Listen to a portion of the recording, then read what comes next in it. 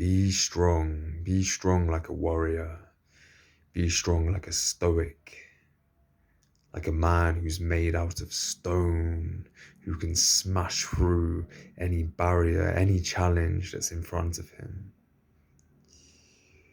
There's a problem with this new trend. I would like to call it a trend within the arena of self-help, personal growth, personal mastery. Be strong, smash through any challenge that's in front of you. Say no to your depression. Say no to your depression. Your depression is nothing compared to your strength. These messages, they have a deep seed of truth within them. So yes, it resonates to our soul. On a soul level, yes, it resonates deeply because it's fucking true. It's true that you're not your depression, that you are stronger than your depression, that you are stronger than any challenge that presents itself in front of you, because you are eternal. You outlive the challenges, you outlive the emotional states. However, there is a problem, a deep, deep problem with this trend of strong, stoic, strong men that you must be. Because let's be serious about where we're at. Let's validate where we're at as an individual, as individuals. Where are you? Are you at a place where you're carved out of stone, like these Greek gods that they put in the videos of these, in the thumbnails of these videos? Are you that right now? Yeah, you can manifest that right now for sure. However, there are parts of you that aren't that. That's the truth. You're not carved out of stone yet. That takes dedication. That takes sitting down and understanding the way that things are. And this isn't the best message. This isn't the most sexy, appealing message to hear. Because what I'm implying is that this requires work. And work isn't based on our egoic response, our egoic response to these videos that are like, yes, strong. It's an egoic response that we have because we're not functioning, many of us aren't functioning from a place of super strength when we're watching these things. We're functioning from a place of egoic seeking, needing. And these images, these videos take us out of it temporarily, but then life throws us straight back into the arena of egoic seeking. So essentially, these messages, they make us fantasize about a future or about a life for us that we haven't yet put the work into, which mechanically speaking is the same thing as fantasizing about the new iPhone 14 that you do not have. It's making you weak. It's putting you into a fantasy mindset. What is reality for you? Reality for you is that you have pain in your body. You have trauma in your body and in your mind. It's the same thing. As above, so below.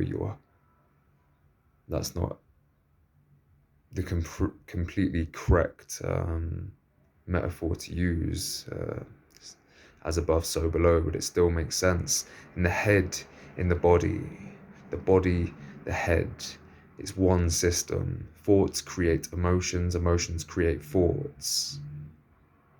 You need to look at your emotional state and your mindset, your mind state on a continual basis.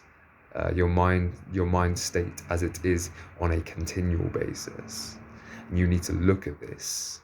You need to understand the mechanics of unwinding this and creating true strength, which is awareness. Awareness creates the space a greater connection to awareness creates a greater space for our unique creative output as an individual, which is just another way of saying for you to be authentic. For you to be authentic, you need the space of awareness in your body and in your mind. You need to grow this. And to grow this, you connect to awareness repeatedly, like it's a life path. And this is what the great people say, call giving your life to God. Because God is awareness and you are awareness, you are God. You have the potential, the creative potential as an individual in this world. Creativity doesn't mean going out and doing some art, and we are always creating with our energy, with what we do, with what we say to the people around us, our output into the world. This is God. This life is creation, right? It's been created, continual creation all around us. What are you creating in your mind?